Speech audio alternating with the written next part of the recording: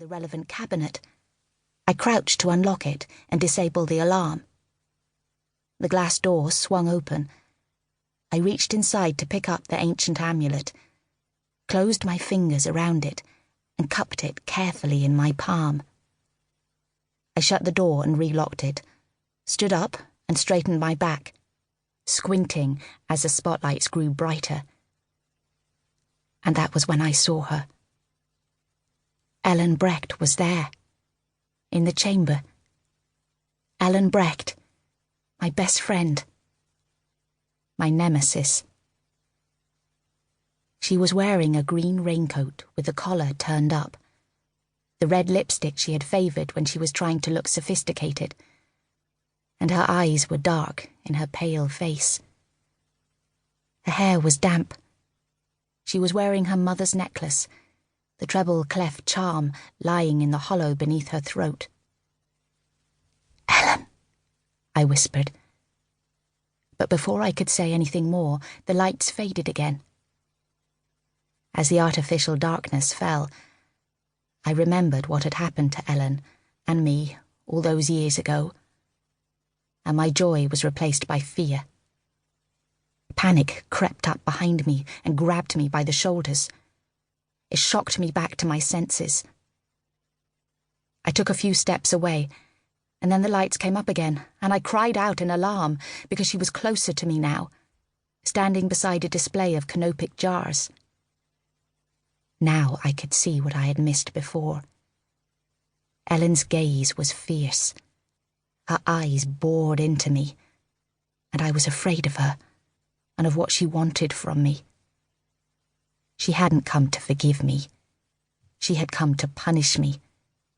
She wanted to hurt me as I had hurt her. She had been waiting all these years to claim her revenge, and now the moment had arrived. It was almost as if I had been expecting it. I had known it was not over between us. Cold fingers of dread tightened around my throat. "Go away," I pleaded.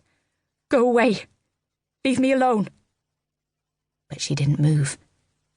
She stood and stared, and her eyes burned into mine, as if they could see into my soul and read its awful secrets.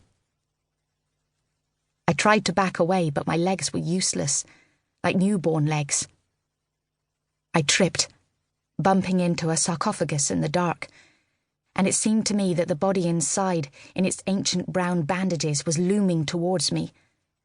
The floor was tilting, the chamber spinning. The lights faded again, and I didn't know where Ellen was. I turned and pushed into the tunnel entrance, scrambling and blinking back into the light. I ran along the edge of the mezzanine, holding onto the balcony rail. Then I clattered down the sweeping staircase and into the main hall. A crowd was gathered in the shadows beneath the suspended Tyrannosaurus skeleton. My elbows knocked against adults with toddlers on their hips, pointing up at the remains of the huge creature, and I tripped over children flapping their educational quiz sheets. "Excuse me," I cried. "Please, please, let me through." At the far side of the hall, I stumbled into a dimly lit corridor leading out of the atrium. The passageway was low-ceilinged and narrowed by lines of Victorian glass display cabinets containing threadbare stuffed animals. At the far end was a door labelled "Staff Only." I looked again, over my shoulder, and made out a figure at the entrance to the passageway moving slowly towards me. The light was bright behind, turning it into a faceless silhouette. With a sob, I fell against the locked door and fumbled over the security code.